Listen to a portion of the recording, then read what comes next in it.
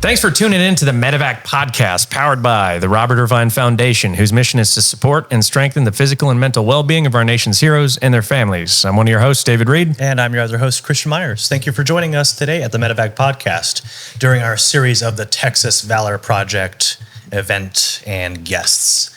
Our guest today, actually, before we hop into that, there is a price for the show if you're new here. There has to be a price, and if you missed it, oh boy, was I going to yell at you. A free show? Never. If you get something out of today's episode, which I'm sure you will, you have to share it with a friend or family member. Hit that share button, engage with the video somehow, because we would do the same for you. We love you guys. That's pretty low cost, high value. Exactly. Yeah. It doesn't cost low much. High value. Yeah, exactly. We haven't introed the guests yet. Shut up, Aaron. Yeah. Now, quiet on set. Speaking of, we do have a veteran of the show who's been on several times. Aaron, thanks for being on again. Hey, gents. Aaron Withrow is a former Army medic, one of the smartest medical minds I think I've ever met in my life. Go back, check out his episodes because they are fantastic. They are. If you want to learn a little bit about Band-Aid and people up, talk to this guy. Yeah. That's Just a little thing. bit. And medic for life. What have you got? Medic for life and looking like a biker. And who's our other guest? Our other guest is Chris Shiflett. Did I say it right? That's right. Excellent. He's a former Navy SEAL. He spent about 16 years in the Navy as a SEAL from 2001 to 2017, primarily on Team 2. He has since got out, and he is now a Doctor of Chiropractic. So welcome, Chris. Thanks for joining us. Thanks for having me. Yeah, of course. That's great. And I believe you medically retired out, right? That's right. Okay, well, we're going to dive into that special Medevac question there that's coming up. Here it comes. But, to rewind it back, how'd you get started? Like, what inspired you to join the military? Was it family? Was it... So the funny You thing like to is, swim? Like the movie Navy I SEALs. do like to swim. I had swam a lot in my parents' pool growing up. So swimming in the water was no stranger for me. But didn't have really a desire to be a SEAL. I didn't even know what a SEAL was when I came in. And actually, I didn't come from a family of military either. So it was a really one-off situation. For me, I love sports growing up, and I love that team aspect. And so I played all types of sports growing up, but really fell in love with football in high school and the group of guys that I had. And that year we went undefeated, won the state championship. So it was an awesome year. But the backside of that is, well, now that's over. Now what am I going to do? So I joined, I was in the DET program with my buddy, and we were both going to be Marines. That's what I was going to go do. Yeah. But I guess as luck would have it, when I went to go sit down and pick a job, they didn't have the job that I wanted. And so they said, well, you got to pick one of these. It was infantry and something else. I don't remember off the top of my head. And I said, well, I don't want to do that. And they were like, well, you have to pick a job. I said, I haven't left. I don't have to do this. I don't have to do this. Yeah. So I walked out of the office, went right next door to the Navy recruiter. And then in the corner, there was a guy dressed up in camo with, kit and grenades and all fun stuff. Yeah. And I just pointed at it and I said, what do they do? Yeah. What do those guys do? So he handed me a paper all about Navy SEALs, diving, scuba diving, jumping, shooting, explosives, all the cool stuff, right? I'm 18 years old, 17 years old at the time, because I actually had to get my parents to sign for me to come in. So 17, and I'm like, that sounds great. I had never seen any of the Navy SEAL movies with Charlie Sheen and any of that stuff. But I did grow up with Predator and Rambo and all those. So as he's giving me this information, I'm like, yeah, that's Rambo, that's Predator, like that's me. That sounds fun. Let's do that. So similar situation though. And he goes, well, you got to pick a job. And I'm like, okay, whatever, something with computers. I was actually a little bit of a computer nerd at the time. Into IT stuff and all that. So I was like, just something with computers. And then I asked, well, why do I need to pick a job if I'm going to go do that? He said, well, they have an 80% dropout rate. And I was like, no, that's not going to be me. I'm not going to drop out. Yeah. He said, yeah, I know. Everybody says that. But you still have to pick a job. Fair enough. So picked a job, did boot camp, passed the screening test and all that. And then the rest is history as far as showing up to BUD/S. First time through, actually, I didn't make it. So medically dropped out. Because I had bronchitis in Hell Week. So Hell Week is pretty early on. It switches around, but pretty early on. And if you don't make it past Hell Week, they don't roll you. So you automatically have to go out if you have a medical issue. That's going to take a certain period of time. But the benefit is being medically rolled out versus quitting is you get to come back much sooner. So you heal from that issue. So traditionally it's a 2-year wait time, if you quit or something like that. So I was able to go back in less than a year, or right around a year-ish, somewhere around that time frame. Unfortunately, I did have to go out to the big Navy for a little bit of time, and that was definitely the thing that was like, nope, I am not doing this. Yeah. Oh, yeah. I don't blame you for that at all. Because what ultimately ended up happening, that computer job that I thought I was doing was actually radar. Oh, okay. And I'm like, I guess I can see how that's computer-ish. Uses computers. But not really computer at all. So I went back as soon as I could. As soon as my time was up, went back, and I made it the second time through with Class 251. Awesome. And then showed up to SEAL Team 2. So I want to back up just 1 second. Interestingly, in 2001, when I was in boot camp, it was right before 9/11. So 9/11 actually happened. Sorry about the tapping. 9/11 actually happened, and I was sitting in medical, doing one of the medical things. Oh, wow. And watching it happen on the TV, and I'm like, oh my gosh. Wow. And then there was that moment of like, so I thought I was going to go do this, but it's real. Now I know that this is what I'm going to go do. Yeah. So there was that. So there was a little bit of both excitement and some fear, like, holy crap. Understandably, yeah. Totally get that. So I showed up to SEAL Team 2 in 2005, and that was actually right before Operation Red Wings. Oh, wow. Okay. And so we were the team that was supposed to go relieve SEAL Team 10 at the time. And of course, if you know anything about that story, those guys were pretty much wiped out. Yeah. So we got called into country early to go relieve them. And I did exactly 2 parts of the normal 6-month workup before you deploy. So there's that whole train where you do CQC and mountain mobility and all, land warfare and all those things. I didn't get to do any of that. I got to do CQC and a smidget of land warfare. And it's like, now you're going to the big show, Afghanistan. Wow. That's a quick turn. And how does that feel? I mean, you're following into the footsteps of those who've made the ultimate sacrifice. Right. And like now you're probably feeling not completely trained up, and you're going to jump right into their role. Yeah. So I guess it was the same feeling that I initially felt when I was sitting there in boot camp and watching everything happen. Was a moment of excitement. Like, first of all, I love the mountains. I grew up in the mountains. So Afghanistan was really, truly the place for me to be in terms of that environment, that atmosphere. Okay. And people ask me that too, as far as, places I've gone. And Afghanistan was one of those places that I feel like I would always go back and fight for what I love. I just loved it so much, the terrain and the kind of the wild, wild west of it, I guess. Sure. But definitely scared, because I'm like, oh shit. I read, Robert's Ridge, and I knew about some of the other stuff going on. So there's a little bit of that in the back of your mind, like, oh, man. And then things were just ramping up, from where they started in 2001 to the things that they were doing by 2005 and later after that. It was like, man, any road, IED, rockets, we would be staying at places. And one night we did a short little stop in Kandahar, going off to another area.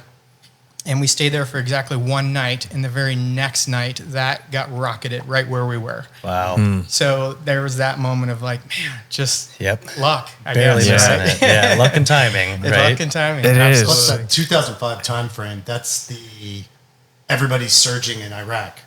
I think they had a 10-to-1 ratio of amount of troops and combat effectiveness in Iraq versus Afghanistan. Afghanistan was like the little stepchild of the war on terror that we were currently fighting. And then without all of those excess troops, it was still, I think, ranked number 3 in the world for unmarked landmine. Burma and Malaysia. Yeah. Burma and Malaysia being number 1, number 2 for landmines. Yeah, but, so. The old Russian Soviet era. Just throw them out there. Yeah. Yeah, and so to piggyback off of that, I mean, that's exactly what happened to us because, the priority shifted. So they started to trim the fat, so to speak, in Afghanistan. So we all got split up. Some guys went to Iraq. Some guys went, so our team itself got split up and we were no longer there as a unit for that, even though everything that had just happened, earlier. But there was also a little bit of skittish to even do some things in Afghanistan anymore, especially with, those birds getting shot down and all that. So Absolutely, yeah. they were kind of drawing back a little bit. And of course, later, as we know, it picked back up again. But there was a die down point with everything happened with Iraq. So. Yeah, I remember that. Everything kind of went back and forth. Everyone was, well, I'm in Afghanistan this year, and the next year, well, I'm back to Iraq this year. Yeah. And it seemed like kind of a back and forth for, I don't know, five or 7 years. We Yeah. were kind of bouncing back and forth like that. Yeah. The needs of the Navy, huh? Yeah, right. That's right. That's That feels weird even saying the needs of the Navy. The Army sounds totally natural, but needs of the Navy. needs of the Navy. Yeah, you're right. That is a little odd. But, hey, 2005 was an interesting time in Afghanistan where, you're just kind of figuring out modern warfare, right?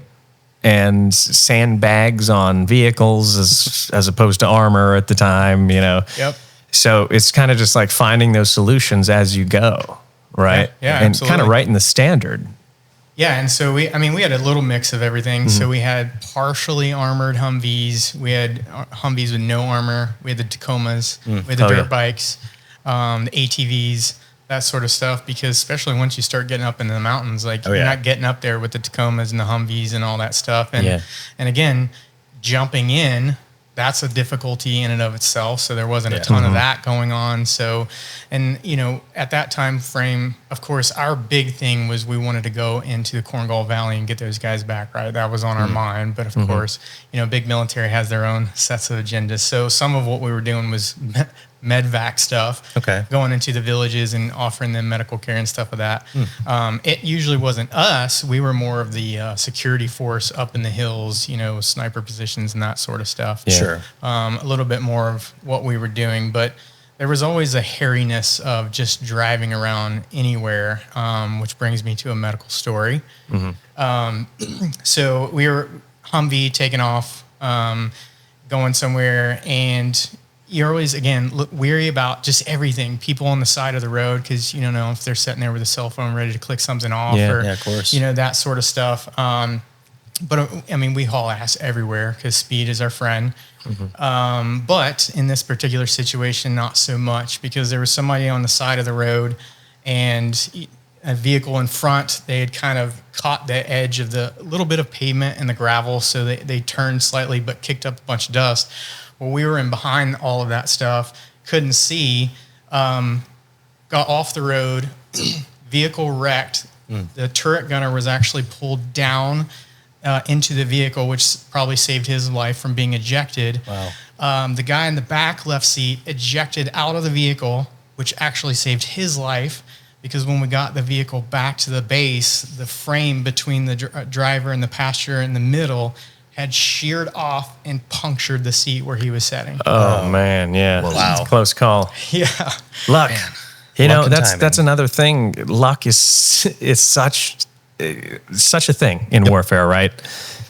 I mean, I remember when I was a young kid, I had said, like, when the first troop died, right? And you hear it on the news right after 9/11, they go in, blah, blah, blah. And I was just like thinking, young and naive at the time, I was just like, well, he must have not been trained enough. And I remember saying that to my grandma at the time, and she said, watch your mouth. Yeah.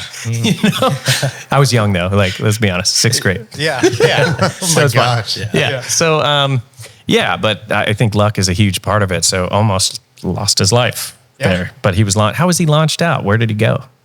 So because the vehicle rolled, Yeah. so when it hit, it turned and then rolled because of the weight. And so that momentum of the roll ejected him. Okay. Centrifugal force. Centrifugal essentially. force. I was going to say physics 101. Yeah, exactly. Where were you in the vehicle? So I was in the vehicle behind it. Oh, okay. I was the turret gunner in the vehicle behind that. So you had so we pulled up and immediately, security, because there's a nearby village. Okay. And of course they see commotion, so they start coming out. And Yeah. You're like, oh my gosh, what am I going to have to do? And that sort of thing. And how long is this going to take?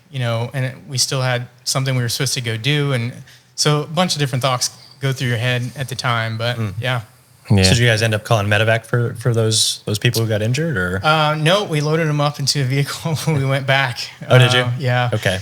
And luckily, again, as crazy as all that is, no one was really seriously injured. That's good. So, like I said, the luck aspect of it, and just, I don't know, craziness. That is crazy. That is crazy. So that kind of, you said at the beginning of the show that kind of inspired you, that lesson, to do what you're doing now. So not specifically that situation. Actually, if we want to fast forward up to 2010. I definitely don't want to fast forward. No, let's not fast forward. I want to hear some of these stories. Yes. Yeah, come on. Well, we'll do some more, but we'll just fast forward for a moment to 2010. So by this time, I got trained up, jump master, was teaching jump master, all that stuff. And so we were out just having a fun jump, and we were teaching static line jump master. So we were all in our free fall stuff. So they would go do their thing, and then we would go up to altitude and go do fun jumps. Yeah. Of course, prior to that, I never knew anything, the complexity of being a jump master and putting someone out on spot and trying to hit the DZ. I never realized the complexity of that, and the knowledge that goes into that, and the calculation timing, all that stuff. Absolutely. But by then, I was a jump master, but I was not the lead jump master at the time, so I was not the guy spotting. I was looking out, but I didn't, I just followed the lead jump master's instructions, and I got in the air and immediately knew something was wrong. And so we were way off spot. Oh, no. Of course, I'd been trained, so I was trying to track back through the air and get back to the DZ as much as possible. But there's a certain point where you have to open. So, opened, and then it's like trees, power lines, building, or a downwind landing. And if you know anything about skydiving, downwind is not ideal, just as much as, jumping in trees is not ideal. Or buildings, yeah. But again, so I had some of that training in those situations, but it was too fast. It was so much wind at my back. And I chose the downwind landing because it was in an open field. So I was like, roll the dice. I'll pull on the front side, catch the air, hopefully, and still land softly. That did not happen. Crashed in pretty good. Doing what a team guy does, jump back up, loaded the bird, and continued jumping that day with a broken back. Oh, man. So luckily, again, as luck would have it, I was not paralyzed, or I obviously would not have gotten back up to go do that. I knew it hurt like hell. I knew I had a concussion. Sure. But I just continued on. There was more jumping that needed to be done, more guys needed to get through and all that stuff. And it wasn't until about a month later, just constant back pain. And believe it or not, it was the trouble sleeping that was more troublesome, that I was like, man, I should go get this checked out. Sure. So had x-rays, had MRI, and had multiple disc herniations, specifically in the mid-back, which is extremely rare to get a mid-back. Yeah. Usually it's in the neck or low back or something like that. Yeah, that's very common. Jump injuries, the T, right? When I got hit, IED T11 for me, which is very weird. They were like, that's very strange. Yep. Yeah. So, what was yours? So I have multiple, actually, all the way from C3 down to T8. Oh, wow. And then I have lumbar disc herniations as well. Wow. Boy. Serious. And for those who don't know, Aaron, you could attest to this, but it's like a jelly donut. Pretty dang close to a jelly donut mixed in with some chicken bones and sinew and connective tissue and a little dash of spiciness. And it's pretty bad. Yeah. That's a direct medical quote from it was Medical like very, Science. very scientific. It's white paper. Yeah, Yes. pretty bad. I agree. A jelly Jelly donut. donut with chicken bones. So you went an entire month with a broken back, just trying to power through? Just powering through, yeah. Because, I just, Nature of the beast, right? Well, that's what we do in the military, right? Yeah, take a knee, drink water. We take a lick and we keep on going. Like if we're not... Change your socks. Yeah, that's right. Continue working out. Yeah. All the different things. Man. Just doing all the different things. Yeah. But they got the x-rays back and they were like, did you know you broke your back? I said, no, what are you talking about? So pulled up the x-ray and he showed me. And again, this is where a little bit of luck, So there's a part on the spinous, transverse process, a little arm that sticks out, so to speak. And you can fracture those and be okay. And as it were, I fractured that. It didn't get dislodged anywhere, stayed in place, and you can actually see where it was starting to reheal. And so there was this nice, beautiful white line where it was starting to, just reheal right there in place. Interesting. So I got lucky with that one. Did not get lucky with all the disc herniations, because that's been the ongoing problem. And that moment is really how I got into this, because I got the steroid injections in the back for the constant pain. I got the 800 milligram full baggie full ibuprofens. The horse pills. The horse pills. Love those. And there was really no Ranger candy. Ranger candy. Yeah. And there's really no limit on that, right? It was just like, here's your baggie full. Like, you're in pain. Yeah. You know, Take one when It you're is. hurting. I took those to sleep. Yeah. You know what I mean? You just take them. Contraindications may include ulcers, sleepless nights, choking forever. Yeah. Sudden death. Sudden death through choking. Liver disease. Osteoporosis, as we now know. Osteoporosis? Yeah. Oh boy. We can go on and on, right? Yeah. So it was doing all those things, physical therapy, the steroid injections, the prednisone, the ibuprofen, all the different things, and you'd get some maybe temporary relief, if any at all. And I was like, man, there's got to be something else. Like this, seriously, this and surgeries, like this is my only options. And even for that, surgery is not a great option because the most that they can do is either a laminectomy, go in there and open up the bone a little bit, give the nerves more room to move because that disc space is now taking up that area, that real estate. Or later, they didn't have it at the time, but now they have actual disc replacement that they can do in the cervical spine. They haven't figured it out for lumbar and other places yet. Okay. It's the complexity of it's a little bit harder, but they're using titanium discs for that, right? Yeah. So that'll be another story. So remind me when we get to after being a chiropractor. But so I did some research on my own and found out about decompression and chiropractic. And knew nothing about it at the time. So it sounded like physiologically it could work. Like logically to me, it sounded like it could possibly work. And what do I have to lose, right? So it wasn't readily available to the military in 2010 as much as it is now, especially to Spec Ops community. Now the Air Force, it's a whole different game. They have more money and it's been available to them for a long time. Hurt our back sitting in chairs, you know? Long time sitting. Yeah. It's not a real podcast if we don't throw at least one jive at the Air Force and it's superior technology. Yeah. You know. Superior technology, better, should feel ashamed. better budget. Yeah. Comfy office chairs. Awesome grass. Yeah, my back hurts. So you could walk on the grass too. No one cares. Oh my god! But it's always green there too. It was beautiful every time. Oh, Jesus. But also to throw the love back at them, right? Because they had our backs with the Predators and all the other cool shit. Of course they do. Yeah. 130 gunships. And Yeah, fair enough. all the cool stuff. So I can't talk too much trash. So stumbled on chiropractic, went and did it for myself, just paid for it on my own because I'm like, I don't care if the military is going to cover it or not. I need some help. I need to get back in the game. I need to feel full and functional. Started doing it and pain started decreasing and sleep started getting better. And I was like, holy crap. Can you walk us through the actual, like, what they're doing there to treat this? Yeah. So, and that's a great question. I love that question. Because chiropractic is so much more involved than what we think of when we watch the YouTube videos and the TikToks and all the cool stuff, the popping, cracking that people love to see. Yeah.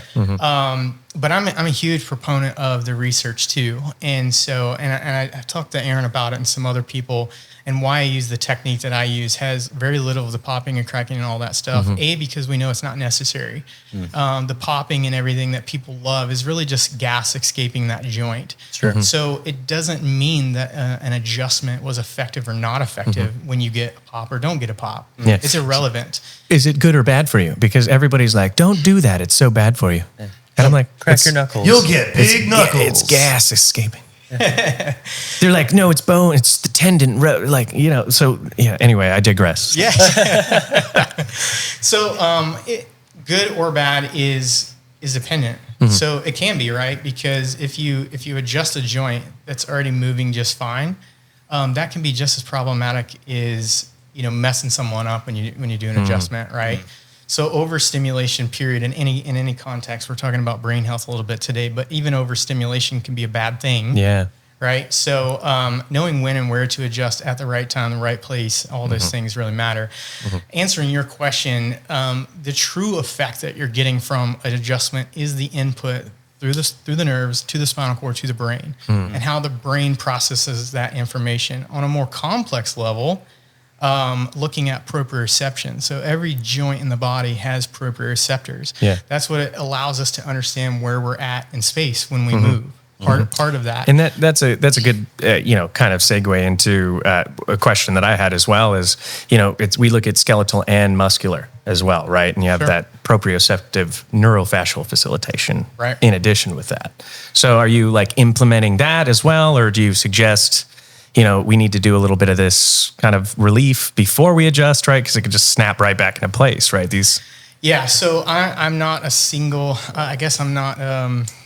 True old school chiropractic, just adjust only, and no. First of all, I believe in that process, but my whole thing is getting people back to the life that they want to live as fast as possible. And an adjustment alone doesn't do that as effectively as some of the other tools. We know that we have other great tools, other assets, and the science proves that we can decrease that healing time much quicker. So if you look at the true chiropractic sense, adjusting only, that process is beautiful. And I've seen amazing work with people that are just doing that in terms of skeletal structure, how they're changing scoliosis in people and stuff like that.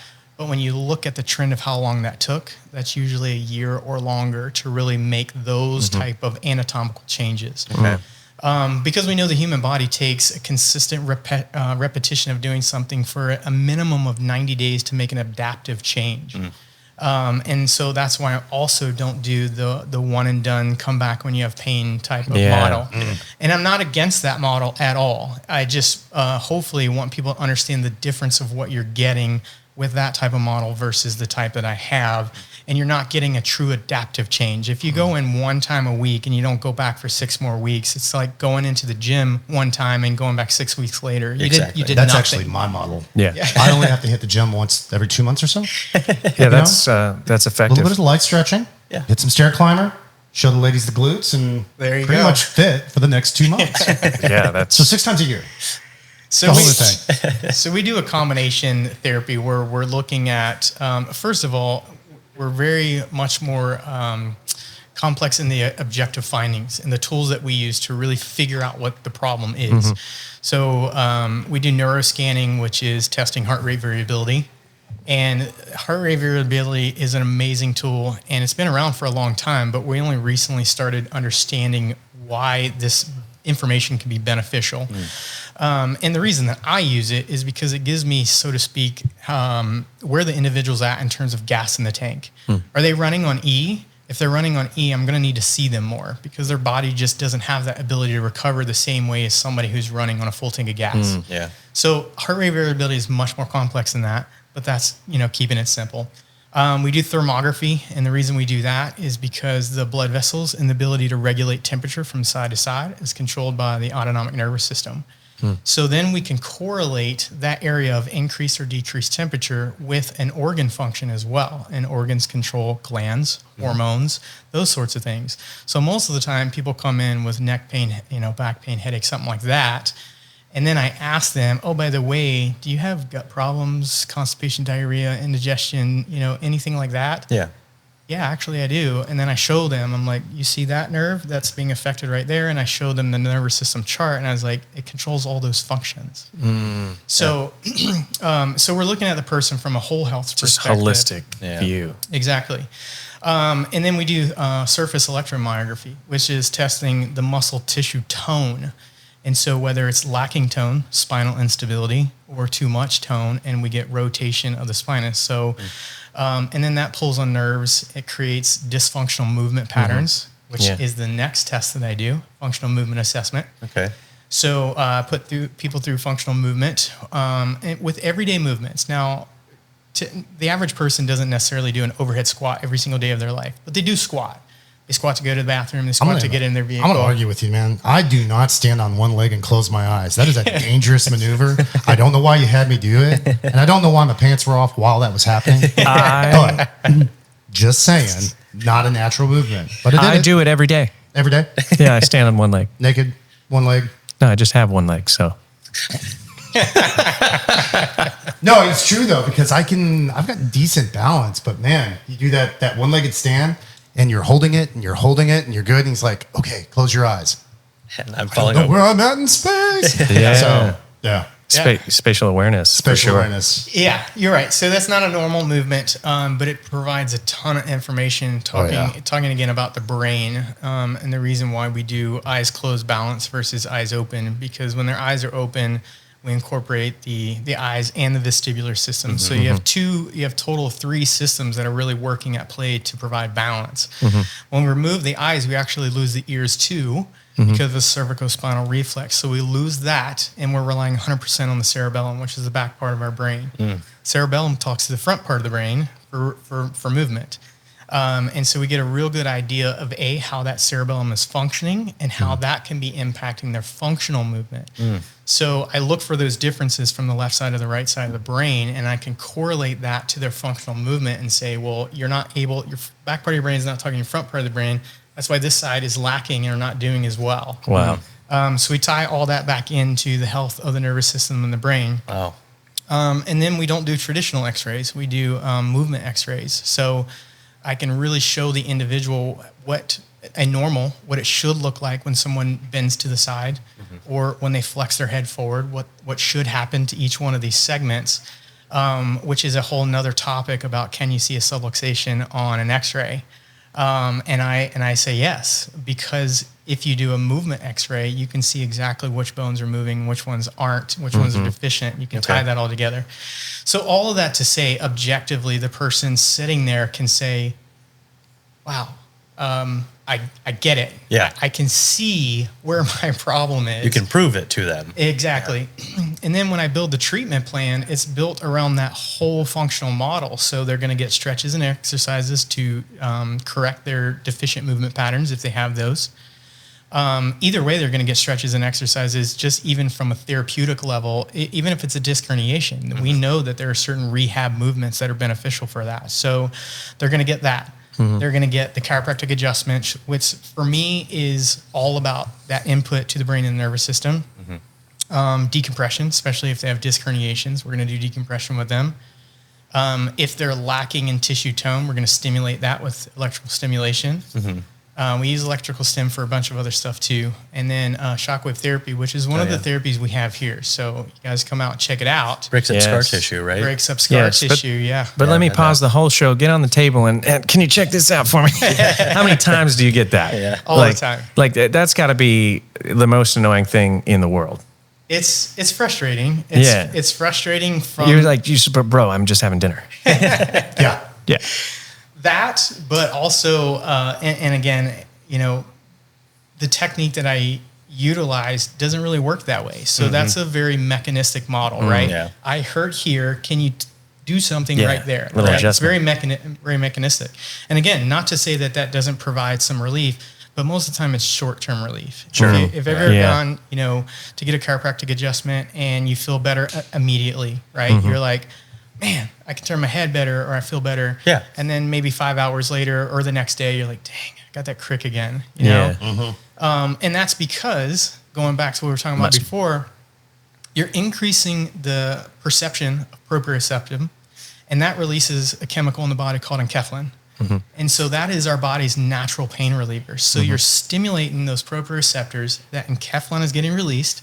So you're getting that immediate gratification of some decrease in pain and increase in movement because, again, you stimulated those proprioceptors. Yeah, makes sense. But it's short-lived because you're not continually getting that stimulus unless you're going every day. Okay. And then you're going to get that more long-term effect, or at least every other day, right? So, but if you just go that one time over 6 weeks, you're only going to feel better for a little bit. And that's just the nature of it. So then you got to go back again, which is a whole nother argument about chiropractic. Once you go, you have to go forever. My argument is very simple. If you care about your health, you should go for the rest of your life. Just like your car needs frequent maintenance. I mean, you're on your spine and you experience gravity all the time. So you need that too. And then to the other argument of the naysayers that would say, well, it got better for a little bit and then it got worse again. And so chiropractic doesn't work. Well, that's not true. Probably you didn't even follow the guidelines that the chiropractor gave you, which is to start out 3 times a week for the first month. And then it's the homework. It's the homework that always kills people. Physical therapy is a great example. Like, did you go home and did you do your stretches, blah, blah, blah? And they're like, no. But PT doesn't work for me. And you know what I mean? How do you know? I went to the gym. So you try. I did a good 15-minute walk on the stair climber, and I just don't see any of the results. What'd you have today? 5 guys. Yeah. Yeah. I had burgers all day. Okay. That's it. But I had 1 burger, not 2. Yo, so you did a 150-calorie workout and a 2,000-calorie intake and wonder why it's just not working. Yeah. It's a very interesting protocol. So is this something that you developed yourself, or is this something that's been implemented with other chiropractic practices? That's a mouthful. That is a mouthful. Great question. It's my own personal flavor on a lot of different people that are much smarter than me and way further along in the game than me. Sure.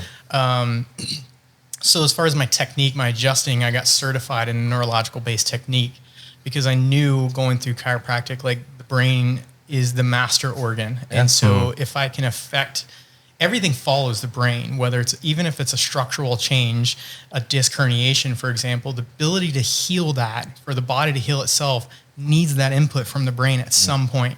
Those chemical mediators that are signaling that happens for all that to take place. So I got certified in that technique, and I knew that that's the technique that I was going to run with because it had just such great results, long-term results. And when you do it correctly, and again, going back to just doing chiropractic alone, is very effective if done correctly. Sure. So, but then I understand from the patient perspective, right? Having had issues and needing care and feeling like I had nowhere to turn and stumbling upon this. And they used a little bit more well-rounded protocol as well. So I knew that there was something to that. And I wanted people to have some level of instant feedback and a plan to move forward. Where are we at? Where are we going? How are we going to measure success? Right? So that's how I first put all of my eggs into the objective findings. What tools do I need to show A, that there's a problem, and B, that I can objectively show them over time that they're getting better. Yes. Because seeing is believing for a lot of people. They need to see it and then feel it too, right? And so then that's when I got into some other tools. I know massage is great, and there's plenty of massage therapists that we refer to. We love it. But again, it's a time thing for a lot of people. Do they have an hour of their time or 2 hours, whatever they need to go get all of that fixed and worked on? So that's when I was like, okay, how can we achieve similar results in a smaller time frame? So I started doing grafting technique. If you're familiar with that, it's super, super aggressive. Scraping. Yeah. It's a beautiful tool. And same thing that the shockwave does, it switches the body back into that acute the healing mindset versus that chronic, hey, we kind of stopped healing and we're just going to go along. It switches that back because you break down that scar tissue and you promote that healing process all over again. The problem for a lot of people, you want to say something? No. You're on a good topic. So just remind me, I want to ask you a question on this. Yeah. The problem for a lot of people, though, is super aggressive and not fun at all. And it is brutal to the skin. Yes. So you have done it. I've seen it, and I haven't done it. And this is a great topic that I'm glad we crossed. I've had it done, and it's just as brutal as the benefits way outweigh. Have y'all done ice plunge? Every morning. We both have one at our house. Yeah. Oh, I'm getting one. I just did my first ice plunge. And that was actually a question I was going to ask him. Is it worth? Yes. Is it worth it? 100%. 100%. Do you enjoy the ice plunge? I'm not at that sadism level yet. The mental aspect I do love. Daddy does need to be punished. Yes. But the 3-hour dopamine rush from it, 100% worth it. The scraping sucks. Yeah. The benefits, amazing. Yeah. It works. That's a great question, though, for you, is we see this brutality, right, on whatever it is, Instagram, social media, and you just see like the skin just getting all bruised and, blood just, bruising and all this stuff. Like, and the question is this good for you? And how so? How, let's tie that in. Yeah, sure. So everybody's a little bit different into the effect that they're going to feel from it and whatever their problem is, right? Let's say it's trigger points, which is essentially where the muscle fibers get bound up. They don't want to lay back down flat the way they're supposed to, which affects performance as well, because the muscle can't go through its full end range and have the same loading capacity when it's all bundled up like this. Another one is tendonitis, where where the muscle attaches at a tendon level to the bone. That becomes inflamed over time. So those two different issues are completely different, and the effect that person's going to feel is a little bit different. The person with a trigger point in the muscle belly, that's going to hurt a little bit more. But essentially what you're trying to do is get that muscle to lay back down by constantly scraping the crap out of it and getting those muscles to like just do this. Release a little bit. The other part of that is stimulation of the blood flow to that area to help it heal, and signaling, again, talking about signaling in the brain, to go in there, heal that area, and that in and of itself lays down as well. Okay. Now there's a neurofeedback component in there as well, because there's in the muscle spindle, which is in the belly of the muscle, there's again more sensors that's sensing stretch and contraction, all those different things. And so when we're feeding the muscle, so to speak, scraping in a certain way, we're stimulating those receptors in that muscle belly, which is again providing a signal in the brain and saying, stop contracting, stop contracting. Okay. So, beneficial, yes. Is it pleasant? No. It hurts. No Brussels sprouts. And I've got a ribeye. I got mashed potatoes and Brussels sprouts. Which one do you eat first? Brussels. Yeah. Let's end this day with fat and meats in my mouth. Sorry.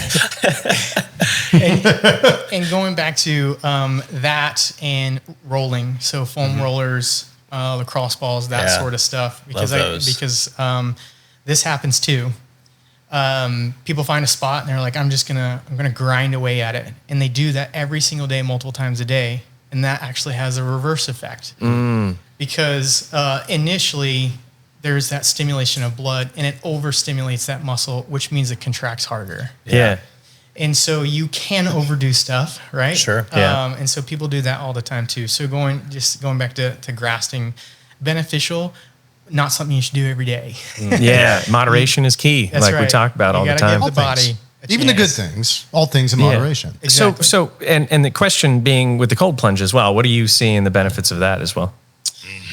Man, so way more knowledgeable people in this than me, but just going back to my days in the military and SEAL training and cold and the psychology and all that stuff. Of course, at the time, I didn't realize how beneficial what they were doing was because we're constantly in an inflamed state going through BUD/S, and specifically Hell Week, because you don't have a chance to recover. You're not resting, you're not sleeping. So that recovery is switched off. You're in your sympathetics, which is just that go, go, go. It's do or die.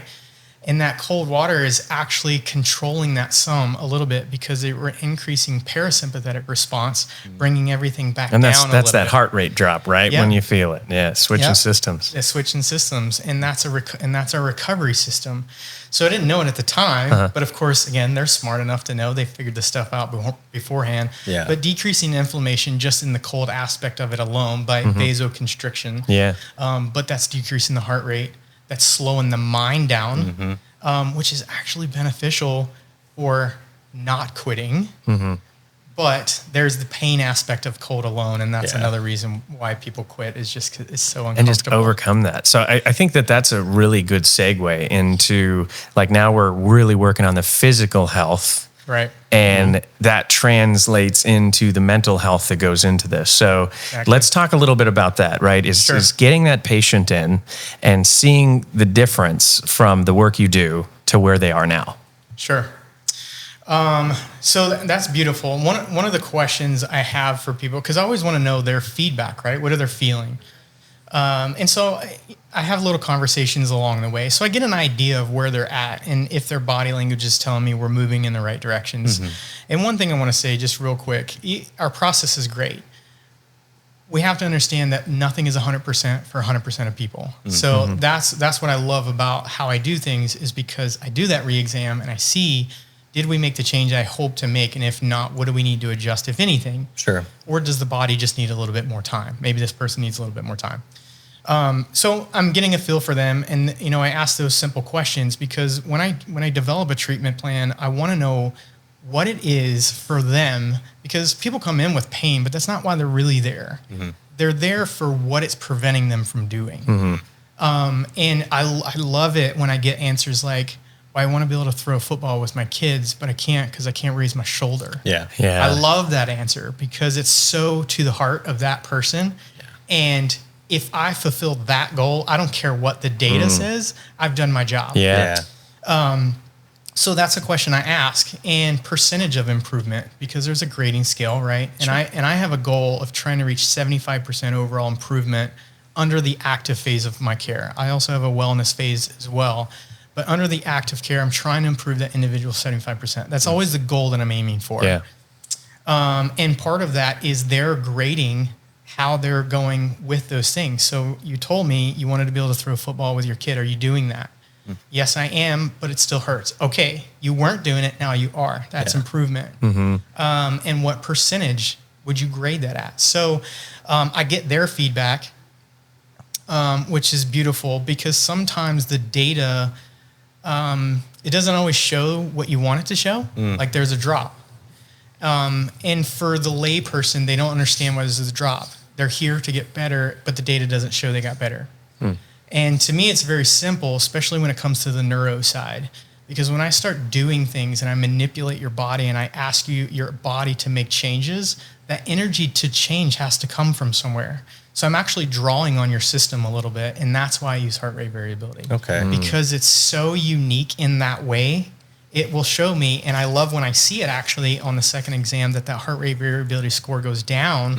And I'm like, yes, that means your body is pulled on those systems, and it's now utilizing those systems that it wasn't using as effectively before, and it's causing that draw. But we're in the recovery. But then when I tie it to everything else, and I say, look how much muscle tension you had here, look where you're at now here. So then it's like data-driven results. Right. So this went down. That's fine. There's a reason that went down. This got better, and you're telling me you got better. We're moving in the right direction. It's just that, understanding of that piece. Yeah, that can be counterintuitive, especially, I guess, as you're developing these processes, right? Sure. If you're just driven by the data, you're going to look at it like, well, we should not use this technique because the data says otherwise. Right. Even though you might be making progress. And I think I think it's beautiful that you take a whole human approach, right? You take that, really what they're looking to do, and you take that into concern and apply that back. Yeah. I think that's I mean, you have to. Yeah. Even on field-based medicine, you have to take a whole body approach. Of course. Heart rate's high. I can't just treat that. I need to see heart rate high. Why? Yeah. What are the conditions? What's the backstory? Yeah. What's causing Speaking this? of which, we could call you Backman, the world's greatest back detective. Yeah. Backman. Backman. I don't want to do a brand shift. I know the whole Trident thing is kind of neat, in the special operations world. Yeah. But Backman would be pretty dope. But I could say, I will just put in this one tidbit. As one of his patients, it was super impressive. Yeah, your background detective work, like what's your day-to-day like? Give me the whole story. Don't just tell me where it hurts. Tell me why it hurts, how it hurts, when it stops hurting. Is it getting better? Yeah. Right. I mean, you're putting a good balanced system together to tweak this, tweak that, because that is the body. It's not just ones and zeros. It's I wasn't going to call you out as being a patient for HIPAA, but since you did it, I'll go in. So, and this is the other thing that I love about the process, right? Because I always ask this other question too: what other conditions do you have, even if you don't think it applies to chiropractic? And then all the other stuff starts to come out. Well, I get headaches, or I have vertigo, or my knees hurt sometimes too, and that sort of stuff. And my initial focus in the first phase, from the time we start a treatment plan to that first re-exam, is whatever their chief complaint issue is, whether it was back pain or the shoulder or whatever. So I start there, because that in their mind was what mattered most to them, not the other stuff. But what I do love is when I ask, so you told me you had knee pain as well. How's that doing? And they're like, come to think of it, I haven't had knee pain. And I'm like, okay, and you told me previously that you've been experiencing that every day for the past month, right? Yeah. And it's gone. Awesome. I didn't even treat your knee, but the body is that amazing that once you start to recover the nervous system and the brain health improves, other things start to subside as well. Yeah. It's so interesting. I wanted to take it back to a piece that it always comes up when we're talking about the physical health side of things, but pain is not a problem, right? Right. And that's something I think a lot of people who are not in the fitness or the active side or the medical side understand, that pain's not the issue. Pain is an indication of an issue. Right. And people commonly try to treat pain when that's Symptom, not the source. exactly. Yeah, masking. Yeah. Yeah. 100%. Right. And pain doesn't always indicate the problem, where the problem is either, in terms of Yeah. location. And this is what I love about shockwave too. It only works on damaged tissue. And so if someone tells me their back is hurting on the right side, and I go over and I treat the left side, and the left side lights them up, I'm like, you're compensating. Yeah. Your right side is experiencing the effects of the left side problem. Yeah. It's pulling or pushing. And when I can point that out with something like shockwave, because it's instant feedback, Oh, they yeah. know. Yeah. Oh, yeah. The shockwave feels weird on the bones. You've never had shockwave? I have not. I have, yeah. Okay. On my lower back. It's my favorite part. Yeah. When I come in and it's like, yeah, we're going to do adjustments and decompression today. And yeah. like, can we get a little shockwave in here, baby? Yeah. I had a, Glutton for Can punishment. we make me hurt? yeah, I had a disc herniation, or two of them, L4 to S1, and I had an adhesion grow off of it. So Okay. they used shockwave to break up the adhesion. We just started on my feet. Oh, And really? those are my two biggest complaints, my back and my feet, obviously. And we just started on the feet, and it's just like glide, glide, glide, pain, Yeah. glide, glide, glide. You're like, yep, that was it. That was definitely it. Yeah. It's an interesting one, yeah. I think that all of these therapies, and like I said, and I like to bring it back to, we're talking about being here for mental health, right? Right. And, we look at the body, there's all this holistic approach to this, these modalities that we use. And when we improve the quality and ways of life of these guys, being able to throw that football again with your kid. Yep. I mean, you got to see that as like a huge mental breakthrough. Well, I got to say this. So since we're here at TVP, let's face it, 2.5 million veterans served in Iraq and Afghanistan. That's the total number from 2001 till we invaded all the way through. You boots on ground, 2.5 mil. Of the post-deployment health assessments, 900K were identified as TBI candidates. VA is only tracking 300K. Yeah.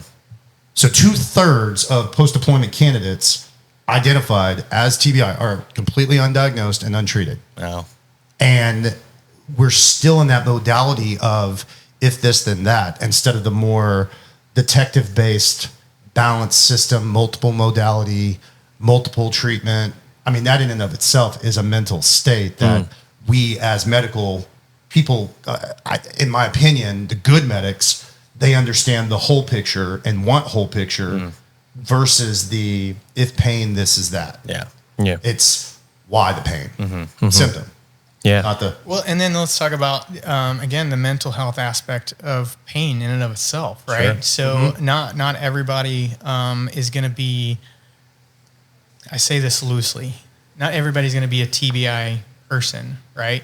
Sure. And the reason I say that loosely is because TBI is more complex than what we originally thought, and it happens more frequently than we originally thought too. We just had a great conversation, I don't know, a week ago or so, with one of the other docs involved, Dr. G, in the clinic out in Capel, but talking about chemical brain injury. So the injury to your brain that you don't even realize you had that was chemically induced. And one of the things we know that has done that is COVID. Whether you're vaccinated or not, just getting COVID in and of itself and the brain health effects that has occurred there. From a physical standpoint, one of the research papers that I recently read is the sarcomere length. And so the exhaustion that people have after experiencing COVID and how long COVID occurs, people that have had COVID-like symptoms for a year plus. Yeah. And they've actually termed that now long COVID. Yeah. But sarcomere length, so your capacity to do physical things has been shortened. So, and that affects the blood flow. So we're talking about the blood and the aspects of the blood that were affected from COVID. So there's that component of it. And then the physical capacity to load your muscles from a systemic level, not even isolated. So, and I've been a victim of this actually, long COVID. So I lost my smell and taste. And now I know the people that lost their smell, although some people responded faster than others, but the people that lost their smell had so much more neurological impact than the people that didn't. Really? Because the smell is a direct input into the brain. Yeah. Yeah. And so those nerves are at the roof of your mouth, the olfactory nerve. And so when that's affected, it's a direct input and direct relation to the brain. But I don't know if you remember, last time I was on the show, we talked about, I believe, that chemical TBIs.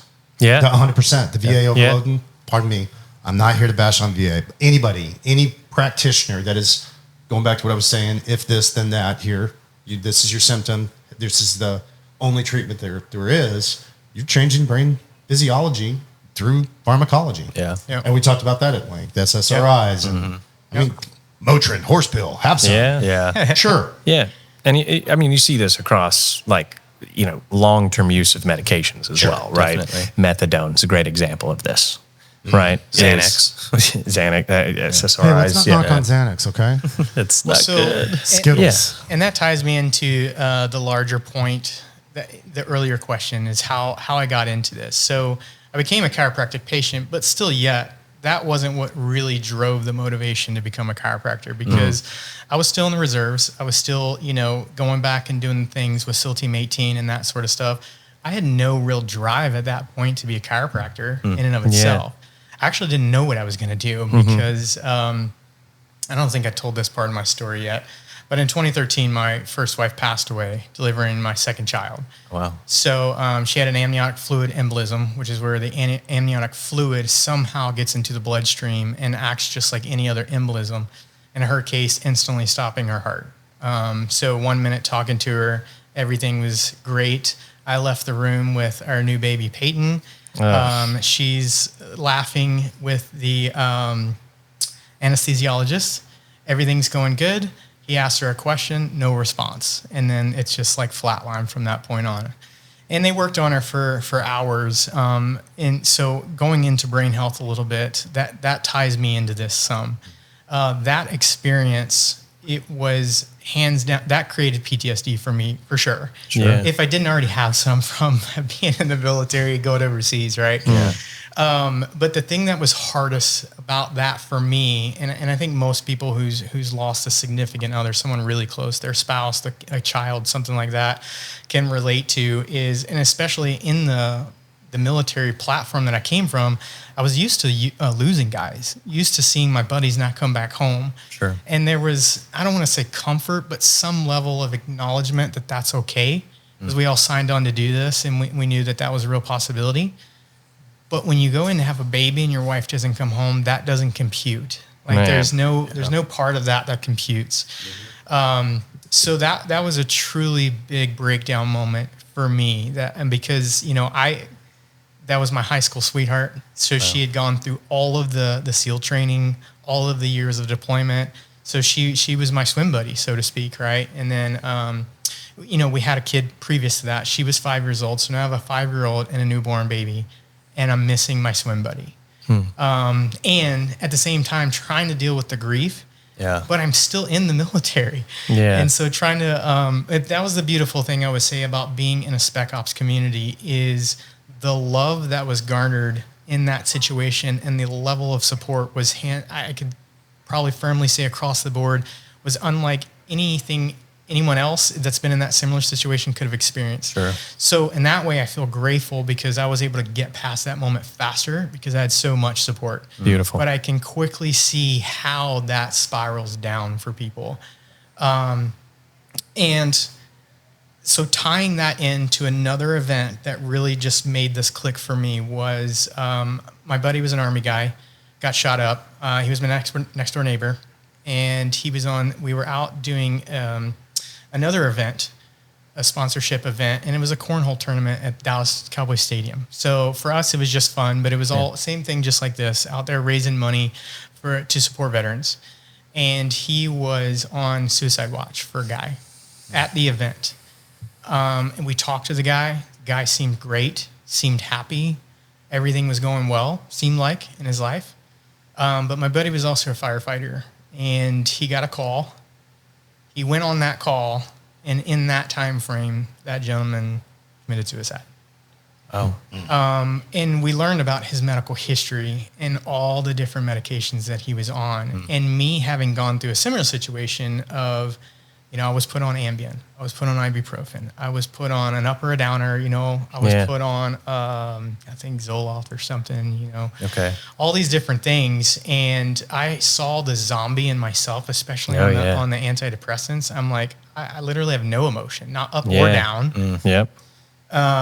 And so experiencing that and then knowing how many veterans go through similar situation, even just leaving the military and how traumatic that event is, people don't realize how traumatic that is, and trying to assimilate back into population. That was my drive to do this, because I wanted to provide a method that was A, unique, B, effective, and didn't require drugs or surgery. Yeah. So that's it. Balanced. Yeah. That is Good a balance. powerful inspiration, inspiration to doing what you're doing. And man, I will say that across the board, it's all about community.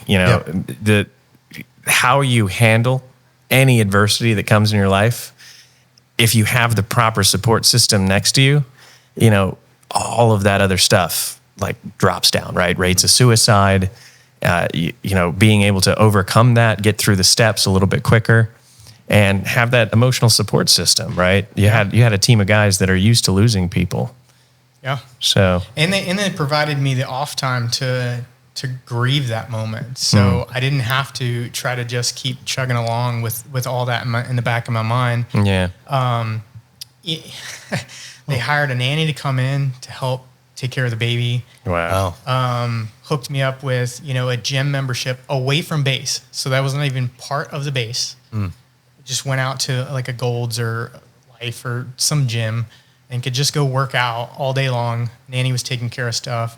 And then people would volunteer their time to make food and drop off food, And so it was that revolving door of support. I am, oh my gosh, so grateful to have had that, because I can't imagine what it would have been like not. And so part of that, my first motivation was, how do I get involved in giving back to that? Yeah. And so I became a member of the Amniotic Fluid Embolism Foundation. Me and my wife were I remarried years later, but we became part of the military liaison group for them. And so we would get those military calls of guys in the same, and it's so crazy because I didn't even know what an amniotic fluid embolism was. I knew from diving injuries, pulmonary embolism. Sure. I knew that type of stuff, but I didn't even know an amniotic. They don't even talk about that when you go in to have a baby. It's like, bleeding out and like those sorts of things, but they don't really talk about amniotic fluid embolism. But it is rare. I mean, it's 1 in 40,000, but still the majority of those die. It's not just 1 in 40,000 and they have a pretty good chance of surviving. One of the survivors is the president of the foundation. Wow. Which is crazy. So we got into that, and then, we would get all those people, and it's like, man, I can't believe how many veterans are also experiencing this. Yeah. This same thing that I went through.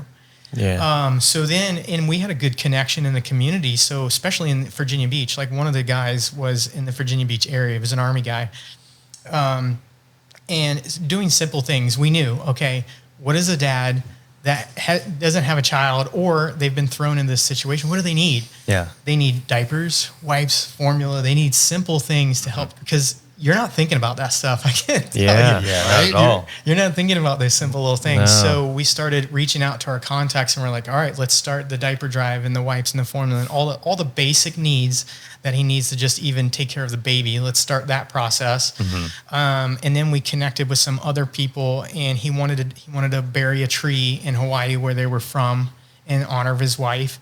And so we got with some other organizations. We're like, dude, this is nothing. It's like $100 donation. Can you do that to help support this guy and all that stuff? So we just in our own little simple way, trying to bring that support group, because I'm sure he was big Army. So, and I say that not to be derogatory, but the community's it's so big that the support group is smaller, right? Yeah, definitely. Where in my community, it's so small, the support group's so big. Yeah.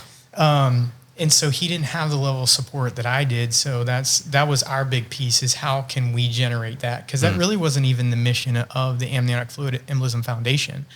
their true mission was education on it and teaching the hospitals how to recognize it, because the only thing that they've been able to deduce is that the hospitals that notice it sooner, that individual has a more greater possibility of surviving it. Okay. There's no precursor to it. We couldn't find, and again, my current wife, she scoped all the records because she's been a nurse for over 30 years. So she would scrub the records looking for any detail of this person, if they have this gene or if they, have these symptoms, they're likely to experience it. And we've been, out of all the years, have not been able to make that connection. Wow. So. Well, we appreciate you sharing. That's like sharing a whole other podcast. That was. I know. I mean, talk about resiliency, and we talk about that all the time as well. Is the military does do a fantastic job in instilling that ability to overcome very difficult situations. Sure. And the support system that you have is something that, I mean, we all hear and talk about the camaraderie and the brotherhood and sisterhood. But to really see it in action, I think just seals that in as well. Yeah. That is an overwhelming situation that you faced that, I mean, you have to be a father and deal with the grief at the same time. It's got to be a difficult juggle. And I had to figure out what I was going to do with my life. Yeah. On top of that, too. That's the So whole purpose. That's the whole other piece. That it was like 18 curveballs were thrown at you. I mean, with that seal hair, you would definitely have been a male model. I'm just going to say. Well, because I knew obviously I wasn't going to deploy anymore. I had already made that decision because, again, going back to understanding what I was getting myself into, I understood the real possibility that I might not come home if I deployed again. Sure. So I couldn't do that to my kids. I couldn't leave them parentless, So, and again, that risk, that possibility that is always there, but I didn't want to increase that level of risk. So, I guess again, timing, maybe luck, as it would be. My contract was due to be up at the end of that year. So this happened January 30th, 2013, and my contract was up in August. So I had a decision to make anyway, and I was actually planning to re-enlist. But that made the decision for me. Yeah. But still, I had to figure out what I was going to do. And so I got attached, stayed in the reserves so that I could still be a part of the team in case things worked out and I wanted to come back later. Sure. I didn't know how that would negatively affect me later, which is a whole different ball game. But we're going to have to do part 2, man. Yeah, this guy definitely. for sure. Let's have this guy back on. We'll really dive into that. So that part of it, and I had no idea what I was going to do. Yeah. And so I struggled with that for a while. So I had the depression aspect, and the true, I feel, PTSD aspect, the years of service going on, and then now this whole new, you said it beautifully, purpose. Yeah. Now I don't have a purpose other than I know I got to take care of my kids. Yeah. What does that look like? Yeah. So, that was, and I went through a mental struggle for a while dealing with that, because that was something that nobody could help me with. I had to figure out my own purpose and what did that look like. So I fumbled around for a while. I did some real estate, didn't really like it much. I did some flying. I was going to go be a pilot. Okay. Yeah. And what I didn't know is how my VA disability rating would screw me in so many jobs. Oh, yeah. And this ties into how I got medically retired, by the way. So eventually, being in the reserves, my VA disability came back. It rated me 100% disabled, all these different things. Of course, in that process, trying to figure that out, I had like 5 things that I knew that was wrong with me. Yeah. But they had, and again, being in a small community, they had brought people in that were specialists in this area, and they scrubbed my record. And when I sat back down with them, it was like tons of things. So anyway, I forgot where I was going with that. The disability part. Okay, so I couldn't fly. Because I had inner ear dysfunction, disability rating. So I went for my FAA screening. They said, can't fly because you might get vertigo. Yeah. You might kill everyone on board. Can't have that. FBI, tried that. Can't be more than 30% disabled. They can see your medical stuff as well. Yeah. Unless you're already in, then there's workarounds. But at least when I went down and sat with them, it was, you couldn't be more than 30% disabled. Yeah. Interesting. So all that to say, that's how I ended up getting medically retired in 2017, because they came back and they're like, you're 100% disabled. You got to get out. Yeah. And I was But like, you have the mindset for what you're doing. I mean, let's face it. We're happy that you're here. This is your purpose. And while we're here, like, let's talk about that connect. You've used your life experiences, and now you're hooked up with Texas Valor Project. Sure. So what does that mean to you? Absolutely. Great question. And so I didn't know about them even last year. I don't know how, because I've been going to the Band of Brothers Sing for a while. But I had taken a break because I was going back to school. So that's partly how we weren't connected. But found out with them and found out what their mission was. And even though it's geared towards TBI, the fact that they're treating the brain in general has so much more profound effects. Like we've talked about this whole podcast, essentially, whether it's specifically TBI or not, just affecting the brain in a positive way and reconnecting circuits that have been broken and that sort of thing has just such a positive outlook. So knowing what they were doing, I fell in love with it. So immediately I was like, okay, how can we do that? How can we do that here if possible? How can I be a part of that? And whether it's with what I'm already doing on a different, slightly smaller scale, maybe, or again, can we do that on a much larger scale and do it here because there's such a large veteran population here? Oh yeah. Amazing. Amazing. So that's how I got involved with TVP and how I kind guess of pushed you along a little bit because Of course. after I went in for my first consult, I was like, oh, this is a smart one. Because, I mean, let's face it, TBI is something that we've talked about different modalities, but how it develops. It's a physical thing. And I think the one thing I was going to just put in real quick is that there's different levels and severities of it. Exactly. Yes. We had a good conversation about you have the blast TBI. Yeah. Obviously, we've got some work to do. But what about the guy that's 15, 16 indirect fires? Yeah. Not in close proximity, but is still The in micro, that right? We Kukoc did talk to- about that last time. Yeah. sustained micro damage. trauma, yeah. Micro trauma. Microtraumas. And so you could do that different levels of severity in multiple different lanes, the chemical, the long-term fixes. And I think, just beautifully put, the things that you do, and right, you bring both aspects to the table. It is the physical and mental well-being, right? Right. And you have to look at it from a top-down approach. So, gentlemen, really appreciate you coming on, sharing you Thanks, again. Anything that you would say to the audience, like inspiration, hey, check out, TVP, come on. Absolutely check out TVP. This was my pitch. We did a run. We did a run at a grant. It was a lottery system. We went up against 15 other nonprofits, and they just picked 3 at random, and we just weren't picked. But then everybody got to speak, and then of course everybody after I said this came up and was like, "That was a little bit too powerful," but I appreciate it. 7,000 casualties out of OAF and OIF, right? Just shy of 7,000. 35,000 veteran suicides. Yep. And we're here to talk about the thing that's treatable, preventable. Yeah. A TBI. If we can get some of those people on treatment, in therapy, task, mission, and purpose, all the things that we've been talking about for the last hour, those numbers drop significantly. I'm not saying that we can always fix that stuff, but this is a physiologic injury that we can provide physiologic treatment for, and we can knock those numbers way the hell down. That is what is that? That's a 5 times ratio, 1 out of 5. Yeah. For every killed soldier in action, we've got 5 that are taking their lives. That's stupid. Bad, stupid. So that's my inspirational.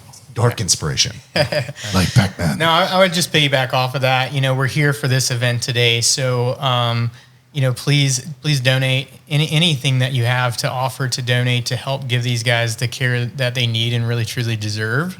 But also just to the general public, you're not alone. There are support systems out there, and what you're suffering with, regardless of what it may be, there's help out there, and there's help in ways that maybe you don't even think. So just, ask the question. If you don't know, find somebody else. Just don't give up. Don't give up. I'm going to piggyback off y'all. That's the cost. Just go talk about it. Yeah. Research it and talk about it. Have the conversation. Don't ignore the conversation. Yeah. Have the conversation. Yep. Like and share the Medevac podcast. Well, we're just going to ask you to have this conversation with your buddy, because I didn't know half of that stuff. I appreciate you talking about it. Yeah. But just this conversation lets me know there's more conversation to be had. So go have the conversation. That's what we're asking. Yeah. Absolutely. Exactly. Absolutely. Well, thank you, gentlemen. We Thank you, guys. appreciate you Thanks so much. I appreciate you taking the time to listen to me. Absolutely. Yeah, of course. Thank you for your time, gentlemen. And for the Medevac podcast, thank you for watching today. Go check out Aaron Withrow's previous episodes, and you can check out the Texas Valor Project, and also follow up with Chris Shiflett with Trident Elite Health if you're interested in taking part. If you're in the Dallas area, give these gentlemen a shout. Thank you very much for listening. We'll see you next time. Until next time. Bye. Bye.